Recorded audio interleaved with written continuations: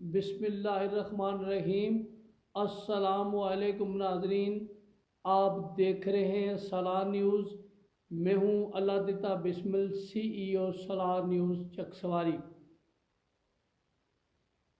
18 مارچ کے روز الحیات public school Chakswari اور الفلاح سکول اینڈ کالج حمید آباد کے زیر اہتمام منعقدہ عظیم الشان سالانہ محفل میلاد مصطفیٰ صلی اللہ علیہ وآلہ وسلم برائے ایصال ثواب حضرت مولانا پیر محمد عتیق الرحمن رحمۃ اللہ علیہ فیض پور شریف کے حوالے سے رپورٹ پیش کی جا رہی ہے۔ الحیات پبلک سکول اور الفلاح پبلک سکول اینڈ کالج حمید آباد کے زیر اہتمام منعقدہ عظیم الشان سالانہ محفل میلاد مصطفیٰ صلی اللہ علیہ وآلہ وسلم برائے ایصال ثواب حضرت مولانا پیر محمد عتیق الرحمن رحمۃ اللہ علیہ سے خطاب کرتے ہوئے پروفیسر علامہ محمد آفتاب، پرنسپل دارالعلوم محمدیہ ایدریہ ٹالی والی سرکار نے خطاب کرتے ہوئے کہا: رب العالمین والعاقبۃ للمتقین والصلاة والسلام علی سید الانبیاء والمرسلین وعلی آلہ واصحابہ اجمعین، اما بعد فاعوذ باللہ من الشیطان الرجیم، بسم اللہ الرحمن الرحیم۔ قال النبی صلی اللہ علیہ وسلم: انی عند اللہ مکتوب خاتم النبیین وَإِنَّ آدَمَ لَمُزْدَلِفٌ فِي دِينَتِهِ لَمُنْدَلِلٌ فِي دِينَتِهِ وَسَأُخْبِرُكُمْ بِأَوَّلِ أَمْرِ دعوة إبراهيم وبشارة عيسى ورؤيا أمي التي رأت حين ودعتني قد خرج لها نور وأضاءت لها منه قصور الشام۔ صدق النبي صلى الله عليه وسلم: إن الله وملائكته يصلون على النبي يا أيها الذين آمنوا صلوا عليه وسلموا تسليما۔ محبت کے ساتھ الصلاة والسلام عليك يا سيدي يا رسول الله وعلى آلك وأصحابك يا حبيب الله۔ الصلاة والسلام عليك يا سيدي يا رسول الله وعلى آلك وأصحابك يا رحمة للعالمين۔ معزز علماء کرام، جناب محترم راجہ طارق صاحب اور دیگر ان کے اسلاف، السلام علیکم ورحمۃ اللہ وبرکاتہ۔ میلاد النبی صلی اللہ علیہ وسلم کے حوالے سے یہ محفل انعقاد پذیر ہے۔ کسی چیز کی نسبت بڑا معنی رکھتی ہے۔ جب کوئی چیز عام ہوتی ہے، جب اس کی نسبت کسی خاص چیز کے ساتھ ہو جاتی ہے، وہ چیز عام نہیں رہتی، خاص ہو جاتی ہے۔ تو آج کی یہ محفل حضور نبی رحمت صلی اللہ علیہ وسلم کی نسبت کے حوالے سے انعقاد پذیر ہے۔ تو ہم اللہ کی بارگاہ میں دعا کرتے ہیں، اللہ پاک اس محفل کے تصدق سے ہمارے گناہوں کو معاف فرمائے اور ہمارے دلوں میں نبی کریم صلی اللہ علیہ وسلم کی محبت موجزن ہو اور عشق رسول صلی اللہ علیہ وسلم کی حلاوت ہمیں نصیب ہو۔ تو میں ایک حدیث طیبہ کو تلاوت کرنے کا شرف حاصل کیا۔ یہ کالج اور اسکول کے اسٹوڈنٹ ہیں، میں چاہتا ہوں کہ کچھ ان کو معلومات ہو جائے اس حوالے سے کہ ہم میلاد مناتے ہیں تو میلاد ہے کیا۔ جو حدیث طیبہ میں نے تلاوت کی، اس کو امام ذہبی علیہ رحمہ نے فرمایا کہ یہ حدیث صحیح ہے، اور یہ حدیث جو ہے وہ مشکوٰۃ شریف میں بھی موجود ہے اور مستدرک میں بھی موجود ہے اور دیگر احادیث کی کتب میں موجود ہے۔ اور یہاں تک کہ جو دوسرے غیر مقلدین کے ایک محقق ہیں ناصر الدین البانی، اس نے بھی کہا ہے کہ یہ حدیث صحیح ہے. جو میلاد کے منکر ہیں وہ بھی یہ کہہ رہے ہیں کہ یہ حدیث صحیح ہے. تو حضور نبی رحمت صلی اللہ علیہ وسلم کے اس فرمان مقدس کے شان ورود یہ ہے. جو قرآن کریم کی آیت مقصہ ہوتی ہے اس کا شان نزول ہوتا ہے، اور حدیث طیبہ کا شان ورود ہوتا ہے. صحابہ کرام حضور نبی رحمت صلی اللہ علیہ وسلم کی مجلس میں حاضر ہیں. عرض کرتے ہیں یا رسول اللہ، آپ اپنے اوصاف کو بیان کیجئے، آپ اپنی عظمتوں کو بیان کیجئے. ہمارے دلوں میں تمنا ہے، ہمارے دلوں میں یہ تڑپ ہے کہ آپ اپنے اوصاف و کمالات کو بیان کریں اور ہم سنتے جائیں. جو صحابہ کرام سننے والے ہیں اور کریم آقا بیان فرمانے والے ہیں، اور بیان کیا ہو رہا ہے؟ آقا اپنے اوصاف بیان فرما رہے ہیں، اپنی ولادت کا تذکرہ فرما رہے ہیں، اور جو چیز بیان ہو رہی ہے وہ میلاد بیان ہو رہا ہے. تو جو آقا بیان فرما رہے ہیں وہ صحابہ سن رہے ہیں. اگر آج ہم بھی حضور نبی رحمت صلی اللہ علیہ وسلم کے اوصاف کو سننے کے لیے جمع ہیں تو ہم اس سنت کو ادا کر رہے ہیں. کریم آقا صلی اللہ علیہ وسلم نے فرمایا انی عند اللہ مکتوب خاتم النبیین، کہ بے شک میں اللہ کے نزدیک خاتم النبیین لکھا ہوا تھا. کس وقت؟ وَإِنَّ آدَمَ لَمُنْجَدِلٌ فِي دِينِهِ، بے شک آدم علیہ السلام کا بھی خمیر تیار ہو رہا تھا.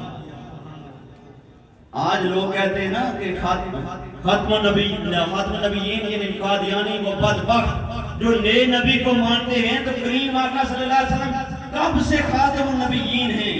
جب آدم علیہ السلام کا خمیر تیار ہو رہا تھا. تو کریم آقا فرماتے ہیں انی عند اللہ مکتوب خاتم النبیین، کہ میں اللہ کے نزدیک خاتم النبیین لکھا ہوا تھا. اور پھر فرمایا سأخبرکم بأول امری، میں تمہیں اپنے بارے میں خبر دیتا ہوں ابتدا کے بارے میں کہ میں کس وقت پیدا ہوا، میری جو ابتدا کیسے ہوئی. کریم آقا صلی اللہ علیہ وسلم صحابہ کو بیان فرما رہے ہیں سأخبرکم بأول امری، میں تمہیں اپنے شروع کی ابتدائی معاملات بیان کرتا ہوں.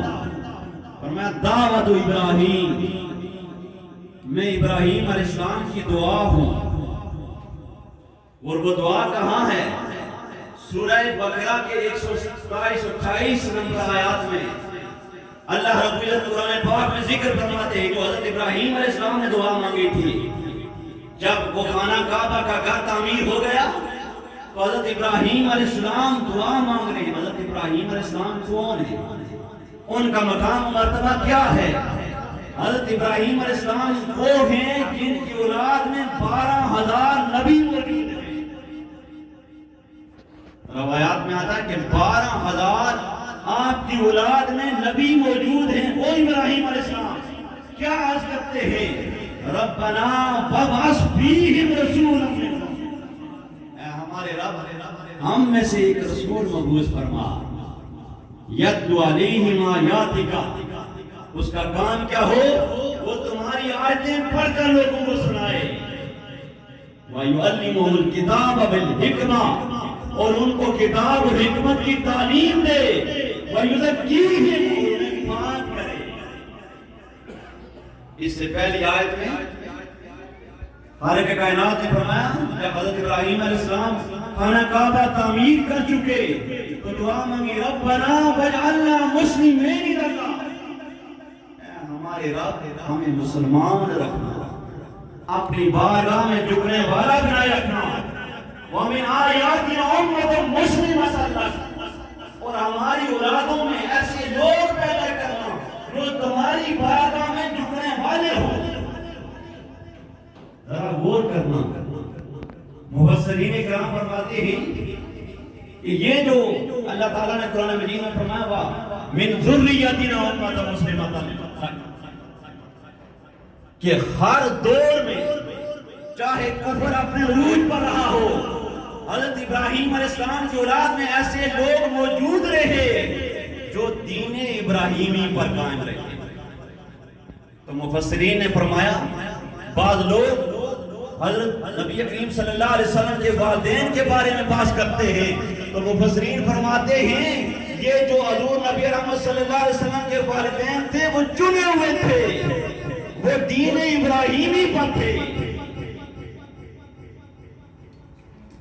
جب ہم دیکھتے ہیں قرآن پاک میں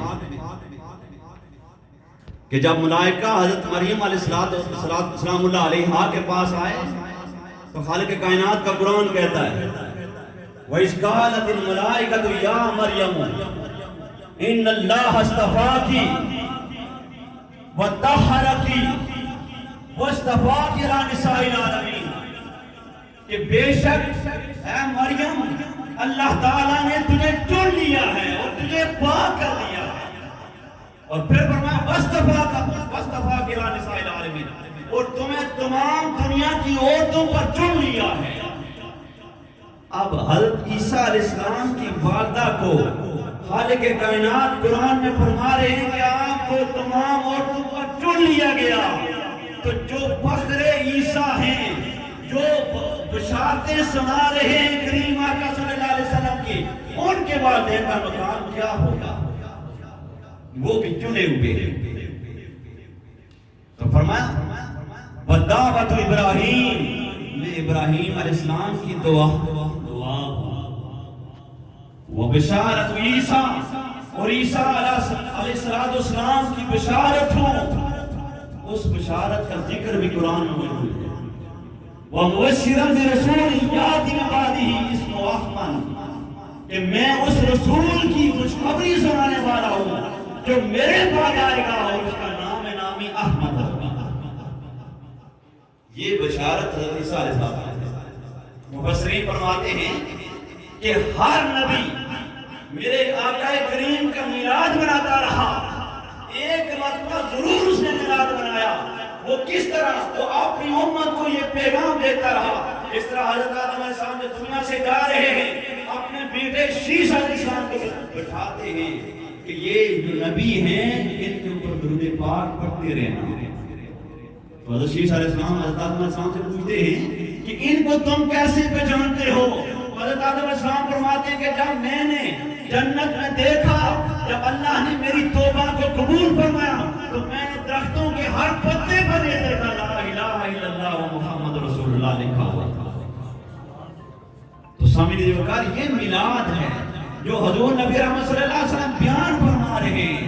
اور ایک حدیث طیبہ میں آتا ہے کریم آقا صلی اللہ علیہ وسلم، اس کو امام مولانا اشرف علی تھانوی نے کہا کہ یہ مانوی طور پر حدیث صحیح ہے، اور حضرت علامہ غلام رسول سعیدی صاحب نے فرمایا کہ یہ حدیث مانوی اعتبار سے صحیح ہے۔ فرمایا کون تو نبی آدم بین روحی والجسد کہ میں اس وقت بھی نبی تھا جب آدم علیہ السلام روح اور جسم کے درمیان تھے۔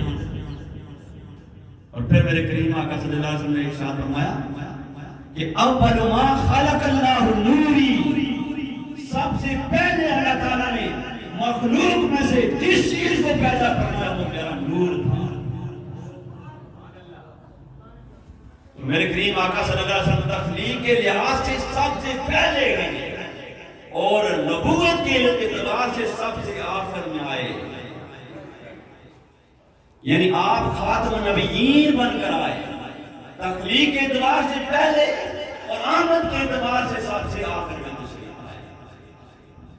اور پھر فرمایا وَرُوْيَا أُمِّي الَّتِي رَأَتْ دِينَ وَلَاتِي کہ میری ماں نے وہ نظارہ دیکھا جس وقت میری پیدائش ہوئی کہ ایک نور ظاہر ہوا، قَدْ خَرَجَ لَهَا نُورٌ وَأَضَاءَتْ مِنْهُ لَهَا مِنْهُ قُصُورُ الشَّامِ، اور اس نور سے حضرت آمنہ رضی اللہ تعالیٰ عنہ جو شام کے محلات ہیں وہ دیکھا۔ ذرا میں آپ سے سوال کرتا ہوں کہ حضرت آمنہ رضی اللہ تعالیٰ عنہ کہاں موجود ہیں؟ مکہ پاک میں جبل ابی قبیس کے قریب حضرت عبداللہ رضی اللہ تعالیٰ عنہ کا گھر تھا، وہاں موجود ہیں.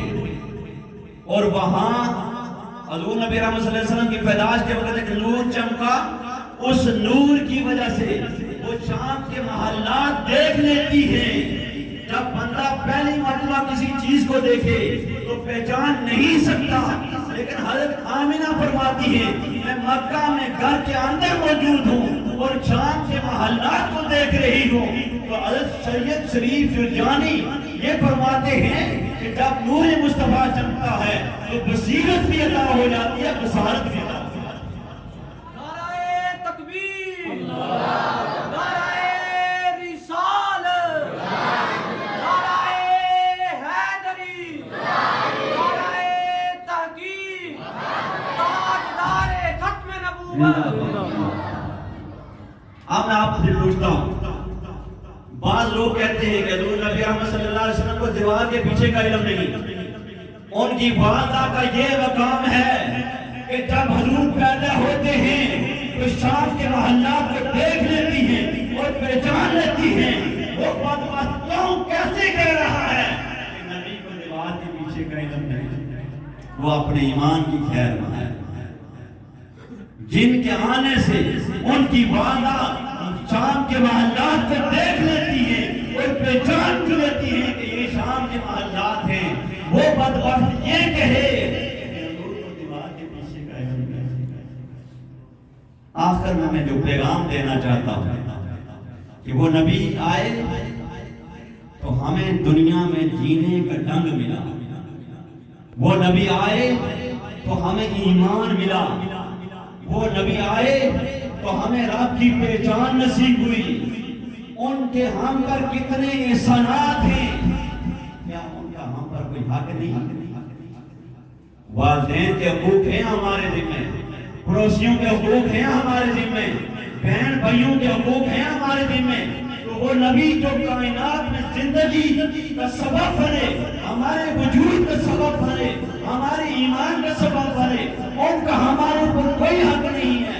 ان کے بے شمار حقوق ہیں. سب سے پہلا حق یہ ہے کہ وہ نبی کی جب آمد کا مہینہ آئے تو ہم شکر کریں، خوش ہو جائیں، ان کے لیے شکرانے کے نوافل ادا کریں، اور پھر ہم ان کی اتباع کریں، ان کی اطاعت کریں، ان کی تعلیمات کو اپنائیں. تب وہ جا کر ہم نبی کریم صلی اللہ علیہ وسلم کے حقوق ادا کر سکیں. یہ ماہ مبارک رمضان مبارک کتنی برکتوں والا، تو یہ ماہینہ ہمیں نصیب ہوا کہ ایک نفل فرض کے برابر اور ایک فرض 70 فرائض کے برابر. یہ اتنی عظمتیں، اتنی رفتیں اس مہینے کو ملی. کس وجہ سے ملی؟ کریم آقا صلی اللہ علیہ وسلم آئے تو اس مہینے میں قرآن نازل ہوا. اِنَّا أَنزَلْنَاهُ فِي لَيْلَةِ الْقَدْرِ. یہ قرآن کس پر نازل ہوا؟ ہمارے کریم آقا پر نازل ہوا. تو کریم آقا آنے کی وجہ سے ہمیں دنیا میں بہاریں ملی، اور ہم امید کرتے ہیں، یقین رکھتے ہیں کہ ہم دنیا سے جائیں گے وہاں کریم آقا ہماری مدد فرمائیں. جب معراج کی رات میرے کریم آقا آسمانوں کی سیر کے لیے تشریف لے گئے، جب ایک آسمان سے گزرے تو وہاں وہ موت کا جو فرشتہ ہے اس سے ملاقات ہوتی ہے. تو کریم آقا صلی اللہ علیہ وسلم کتنا امتیوں کا خیال رکھتا ہے. ملاقات ہوتی ہے، حضرت جبرائیل امین فرماتے ہیں یہ موت کا فرشتہ ہے. کریم آقا صلی اللہ علیہ وسلم اس سے فرماتے ہیں، اس کے بعد ہم ہاتھ سے پکڑ کر فرمایا میرے گناہگار امتیوں کا خیال رکھا. تو وہ آگے سے عرض کرتا ہے فرشتہ کہ تم کہتے ہو تمہارا رب 70 بار کہہ رہا ہے کہ میرے نبی کی امت کا خیال رکھا. وہ نبی جو ہمارا غاروں میں جائیں تو ہمارا خیال، معراج پر تشریف لے جائیں ہمارا خیال، جہاں رہے امت کا خیال. آج امت بدبخت ہے، روزہ رکھنا ہے تو روزہ مشکل ہو جاتا ہے، نہیں رکھا جاتا، بہانے تراشے جاتے ہیں. میں بیمار ہوں، مجھے یہ تکلیف ہے. میرے کریم آقا صلی اللہ علیہ وسلم نے فرمایا صوم تصحوا، روزہ رکھو سے تمام ہو جاؤ گے۔ ہم بیماریوں کے بہانے بناتے ہیں، نماز پڑھنے کا کہا جائے تو ہم بہانے بناتے ہیں، میرے کپڑے ٹھیک نہیں، میرے پاس وقت نہیں۔ وہ کریم آقا صلی اللہ علیہ وسلم جب آخری ایام میں بیماری کی حالت میں اپنے دونوں بندوں کا سہارا لے کر مسجد نبی میں جاتے ہیں، اور جاتے ہوئے قدم جو ہے وہ قدموں سے نشان پڑتے جا رہے ہیں، قدم جو ہے وہ سنبھال نہیں سکتے، زمین پر نشان پڑے جاتے ہیں، پھر بھی مسجد میں جا کر نماز ادا فرماتے ہیں جماعت کے ساتھ۔ آج ہم اٹے کٹے بازاروں میں سیر کرتے، بازاروں میں گھومتے پھرتے، اپنی عیاشیاں کرتے، ہم پھرتے رہتے ہیں، لیکن نماز کا وقت آتا ہے تو ہمیں تکلیف ہو جاتی ہے۔ یہ کیسے ہم ایسا ہم میلاد منانے کا مقصد یہ ہے کہ اس کے تقاضوں کو پورا کیا جائے۔ اور پھر بعض لوگ اعتراض کرتے ہیں حضور نبی رحمت صلی اللہ علیہ وسلم ایک مرتبہ تشریف لائے، ہر سال میلاد کیوں منایا جاتا ہے؟ قرآن بھی تو ایک مرتبہ نازل ہوا، ہر سال رمضان میں جشن قرآن منایا جاتا ہے۔ تو جب قرآن ہر سال نازل نہیں ہوتا تو جشن قرآن ہر سال منایا جاتا ہے، تو میرے کریم آقا صلی اللہ علیہ وسلم جس مہینے میں تشریف لائے، وہ جب مہینہ آئے گا تو ہمارے لیے جشن منانا ضروری ہو جائے گا۔ اور ہم آپ فرماتے ہیں کہ خوشی کرنا یہ فرض ہے، کریم آقا صلی اللہ علیہ وسلم کی آمد پر خوشی کرنا فرض ہے، اس کا اظہار کرنا، محفل کا انعقاد کرنا یا لنگر تقسیم کرنا یہ مستحب ہے۔ بندہ مومن کو کریم آقا صلی اللہ علیہ وسلم کی آمد پر خوشی کرنی چاہیے۔ صحابہ کرام دیکھیں کس طرح حضور علیہ السلام کی بارگاہ میں بیٹھ کر کرتے کہ آپ اپنے اوصاف، آپ اپنے کمالات کو بیان فرمائیں، ہم آپ کے کمالات کو سن کر دلوں کو ٹھنڈک پہنچائیں گے۔ ہم بھی یہی کریں کہ ہم بھی آقا کی محفل کو سجائیں، درود و سلام پڑھیں اور حضور نبی احمد صلی اللہ علیہ وسلم کے اوپر نعتیں پڑھیں، آپ کا ذکر خیر کریں، ہمارے کلیجوں میں ٹھنڈ پڑ جائے۔ اللہ کی بارگاہ میں دعا ہے اللہ پاک عمل کی توفیق عطا فرمائے۔